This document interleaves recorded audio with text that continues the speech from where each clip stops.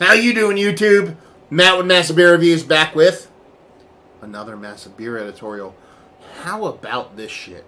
I go pop off a bunch of these in a row, and then you don't hear anything from me for a couple months, and I make a video saying I'm going to do these again, and you don't hear something from me for a couple weeks, and then I drop one, and everybody's like, hey, thanks for doing one of these again, and everybody's probably like, well, let's wait a couple more months.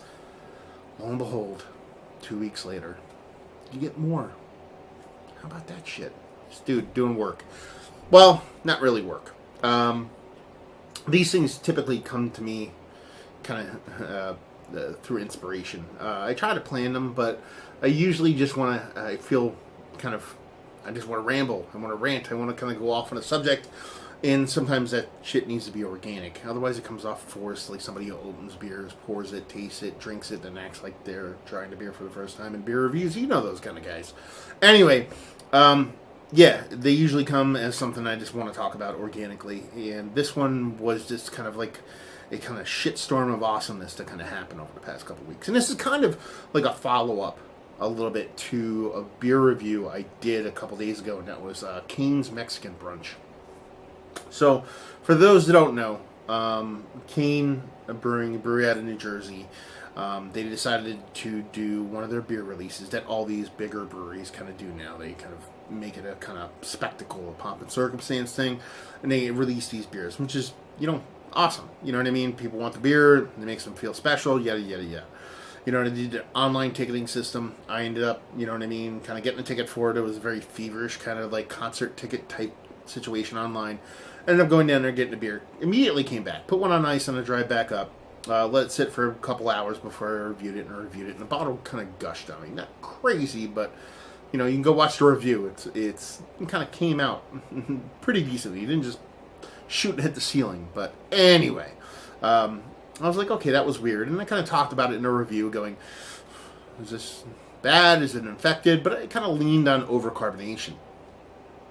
Lo and behold, over the next couple hours, because it came out that day, and by the next day, people are kind of bitching and moaning about the beers kind of being overcarbed, and you know, people started bitching and moaning, you know, kind of freaking out, and I don't buy into that shit that much, you know what I mean? Because the beer tasted nice, it tasted different than other iterations, but that's beer, it changes, it's organic, there's an ebb and flow to it.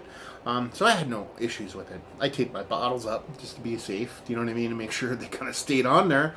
But I had no problem with it, but I was kind of watching closely what was going on, people kind of freaking out as beer fucking thoughts do. And after a couple days, you know, it got to the point where Kane addressed the issue. And this is where this kind of rant comes from, and this is the brewery culpability kind of center point of this whole kind of editorial thing is they basically just said, hey, listen, we heard what you said, so we went out and started opening random bottles that we had, and we found out that, yeah, this is, you guys are right. They tested the beer wasn't infected, you know what I mean, they tested everything they could to see if it was an infection issue, they tested the carbonation levels, everything seemed to be on point, but they came to the conclusion that with all the adjuncts in there, spices and cinnamon and chocolate and all those things, that those things can actually end up pushing the beer 2 points of overcarbonation. Things can happen in beer. So what does Kane do? They give everybody back their money. They had 5,000 bottles of beer at $18 a pop. You do the math, it's like $90,000. You know, they made that in 30 seconds. They lost it in equal amount of time. But, you know what I mean? They saw a problem, and they addressed it. And they addressed it in one of the best ways possible. I mean, to actually go out and actually be like, okay, we're just going to give everybody their money back. And they actually went to the extent of saying, keep your bottles. They're drinkable. You're not going to get sick from them. Enjoy them. We're just going to give you your money back. Not like, okay, bring your bottles back and then we'll give you money back. None of that stuff. Just keep them. Do whatever you want with them. Just here's your money back. And it was that quick. You know what I mean? I paid on, whatever it was. I think it was Friday. Picked up bottles on Saturday. By Tuesday, I got the note, and by this morning, I had the money. And today's Wednesday. You know what I mean? So less than a week. And that is, hats off to King.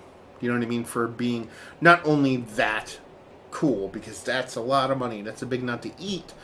That cool, but I don't know any other recourse. I don't know any other outlet that could be as universally accepted by the beer fucking freak out people. Again, I was never going to have an issue with it. I would have been fine with it.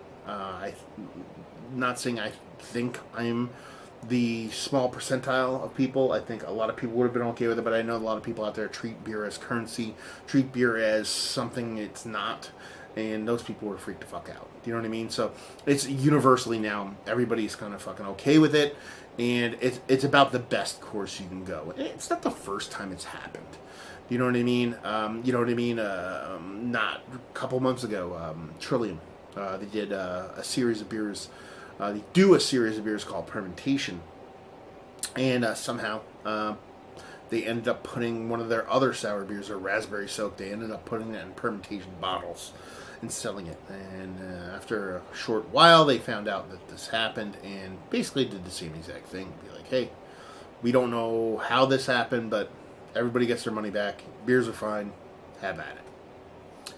And you can go even back. People don't really talk about it. AB InBev with Goose Island Bourbon County Stout. You know what I mean? They ended up finding out that their beers were kind of sideways, and this was an infection thing. This wasn't even a mix-up. It was just okay. We know some things could be infected in our Bourbon County Stout. We know some things can be infected in these specific batches of the stout and barley wine.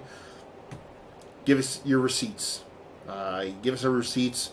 No questions asked. We'll give you the money back. Again, you get to keep the beer. If you go sideways, whatever, it's not going to make you sick.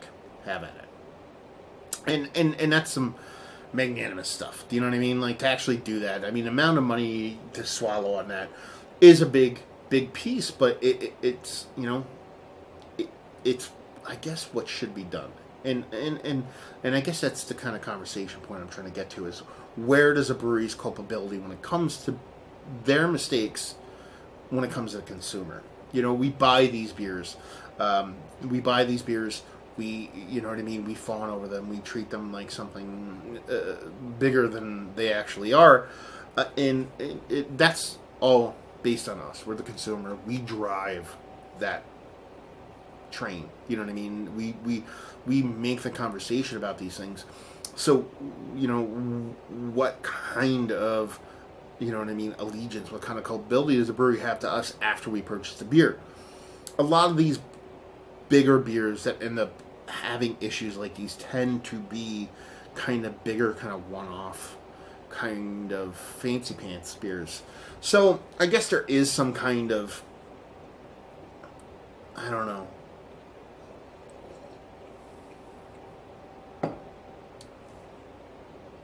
dramatic pause so I can drink some beer. There has to be some kind of culpability for it. But if you think about it again, it shouldn't matter. It should be any beer. It doesn't matter if it's a 30 rack to a single bottle of some one-off craziness. The consumer is promised a product. They're not. How do I put this? It's kind of like it's like music, or it's like I lived in I worked at a tattoo shop for 18 years. It's kind of like art. There's a difference between, it's like beer, essentially. There's a difference between a beer sideways and a bad beer. You know what I mean? And if you buy a beer and it doesn't taste good because it's made badly from a shit brewery, do they hold some kind of culpability? Do they have to refund your money because they made a beer that you don't like because it's shitty? And by shitty I mean it's not negative. It's not infected. It's not. There's nothing fucked up with it. It's just they're not a good brewer. Like, are they held to the same kind of standard, or is it more okay? We have a set idea of what a brewery should produce, and when they don't meet that criteria, then we start to talk about, well, now they need to make shit right. And that's the meat of the conversation. And that's when I have to go to the other end of the spectrum and talk about negatives.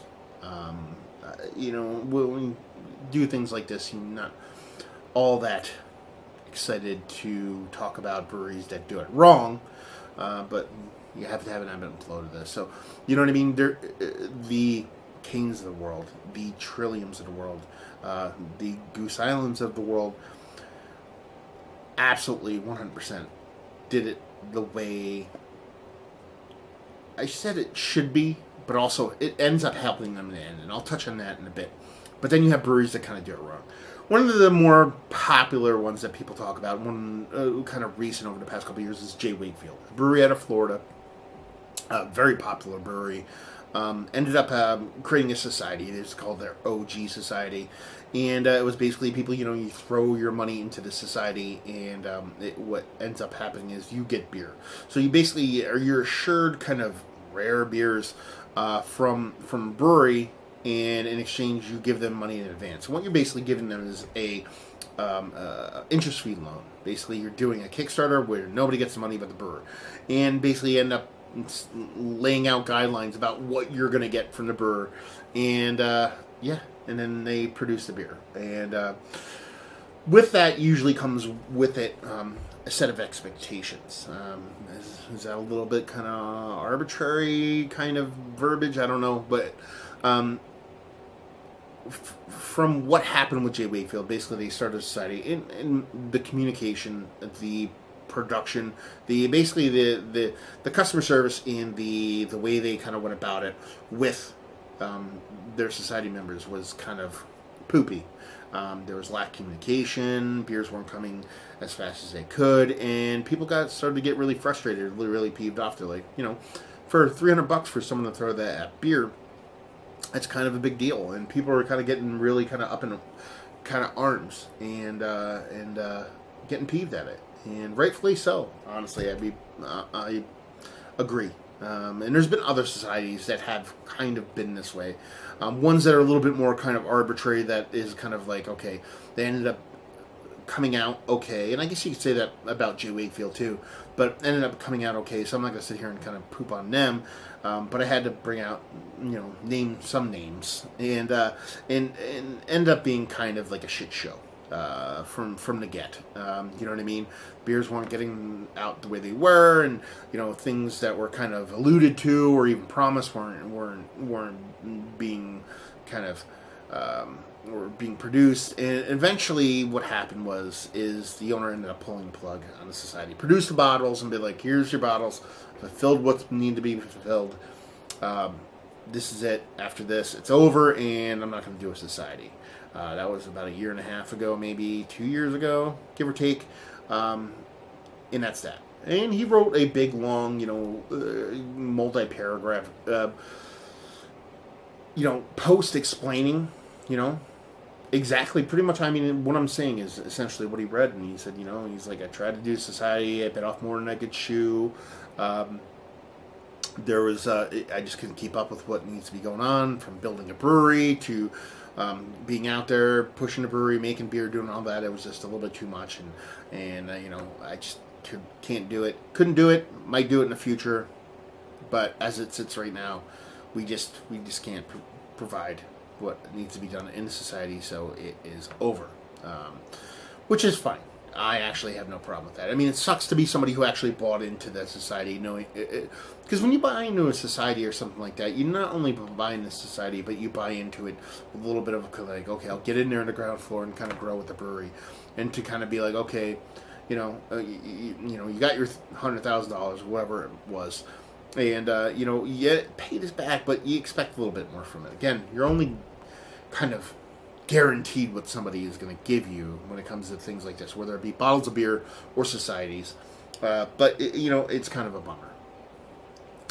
So that that sucks. That's another direction to go from it. But that's also like, I can understand that almost as a human, to have the best intentions and then fail to produce. You know what I mean? And have it kind of eat you up inside, because the letter that they wrote about kind of dissolving the society and be like, okay, here's your last bottles. You'd almost read and feel the angst. You know what I mean? Or not angst, I mean disappointment in the brewer when he writes that. You know what I mean? You can actually see that and feel that the person doesn't want this to happen. But it's kind of what you have to do. You have to make a tough decision in a tough area. It leads us to our next point. And we have actually a local brewer, a Soul Brewing. They've done much the same thing, but the only problem with that is they've actually ended up, there's no communication at all about their misgivings. And it's not just with the society, it's actually with the beer too. They ended up doing the same thing with the society. It was, I think it was ended up being $500 a person. Ended up getting 150 people in, so whatever that was, $50,000. Yeah, chunk change. And, kind of promised a lot from people. They were going to open up a bar and a bottle shop, and people are going to get kind of, there's going to be like, members only nights and all that kind of stuff. And it was just, it was a shit show from the get. And the brewery is supposed to be open, or the tap room, mind you, was supposed to be open in April, and it didn't open until July. So that promise of having this unique spot that you'll be able to kind of be and drink your beers in was delivered way after that was alluded to, that was told to people. And it promised, I think it was, I'm not a member of it, so I'm going off what was originally posted by the brewer and then what friends of mine have told. I think it was four sets of beers, 6 beers, 4 sets each, 6 beers in each set. So, this is granted in a society that was, kind of, so you sign up in January. It was talked about beginning of this year, before the new year. And it was, people signed up in January and they received 1 bottle so far. This is August. The actual, I just lied. It's almost October 2017, and they've only received 1 release so far of a triple milk stout, a very kind of basic beer that was like really not society worthy stuff. So a lot of people are just getting like super frustrated, and they're like, "What's going on? Where are the beers?" They've had some communication with the brewer about this, but it's been very basic. Like, oh, we're gonna have your bottles, and we're gonna do 1 more release in October, and then we're gonna do another release right at the end of December. So basically, pushing the last 2 bottles of a 4-bottle set to the absolute 0 hour of what they've been producing, which is, when you buy into something, I'd be like, you're kind of expecting to have, this brewery opening that you're going to be kind of enjoying, having good times, and it opens several months later than expected, so you don't get that out of it. Promise of, kind of like private nights and membership only stuff, and then the production of the bottles, which is the core thing of the society thing, and then not to have that actually given to you, to have promises of being given, and to be 8, 9, 10, only almost 10 months deep, and just have, okay, you're going to get this and this in the future. It's actually sent a bunch of people sideways mentally, and people are frustrated, and honestly, shit happens. We understand that. It's a lack of communication. And this is the exact polar opposite of what I'm talking about when it came to what Kane did and Trillium did, is that there's just no communication. And it spills over into their normal kind of beer world. They actually have released a couple beers. One more specifically was a peach forward kind of IPA thing, a milkshake kind of peach thing, that was such a horrific endeavor that it was like there was multiple retail accounts, like draft accounts, that was clogging up their lines, and the cans were just sludge, and they just couldn't even be drank to this point. And the brewer just refuses to acknowledge anything as far as feedback or communication when it comes to what's going on with the beer. To the point where he was out of the country when that beer was released, and anybody who actually tried to communicate with him in any form or fashion in social media, in any kind of negative context, not even necessarily like fuck you, you suck kind of guy, be like, what's going on, these beers are bad, or just he would delete their comments off Facebook and Instagram or whatever social media, and go as far as, you know what I mean, like just ignoring the situation altogether. And, beers are sideways, way more sideways than, you know what I mean, getting raspberry soak accidentally in a bottle, which is infinitely great beer to begin with. We're getting an overcarbonated Sunday brunch which is still a fantastic beer.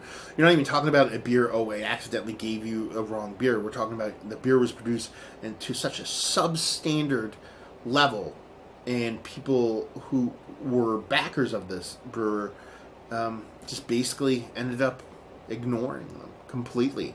And it's been that way ever since, you know what I mean? To the point where a lot of the people in the society and fans of the brewer just can't get through to the person, can't talk to them and try to reason with the brewer and just be like, dude, what's going on? I'm a big fan. I really just want to, know what's going on with this beer. It's bad. What can I do about it? Can I return it? Nothing.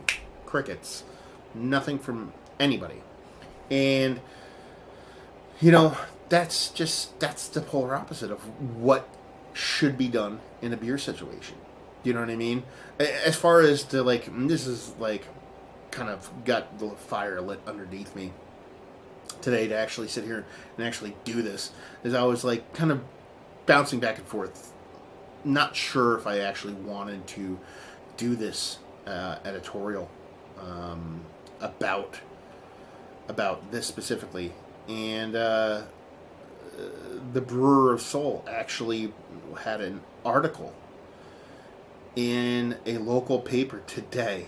And this is a direct shot at the consumers who have actually had his beers and have not liked them. And this has been kind of the thing of his for a while, just not being receptive to any criticism, is that he's actually quoted in the article today saying, and this is right after beers that had been launched that people are literally I can't drink this is not even beer. He quoted as saying, we sometimes go on a limb to do something, but if the education level is not there with the consumer, they might get a negative connotation. So you actually take it as an extra level to say that not only but that product isn't fucked up, you're fucked up because you don't know what the fuck you're talking about. That's fucking horrible. And it just goes to show you the stark difference between what a upstanding brewer, an organization like Kane and like Trillium, even like I said, Goose Island, even to the point of Jay Wakefield, of acknowledging that there are faults and there are errors and issues, is honestly how to go about operating a brewery. When you're that kind of just overtly just don't give a fuck to your consumer, it's going to end up hurting you in the end. And honestly, you'll see it. You're seeing it with the Soul Brewery right now. They're actually, you know what I mean? They're, not doing so well. You know what I mean? Contrary to what anybody will tell you, they're not doing so well. Kane, on their end of the spectrum, they took a big hit.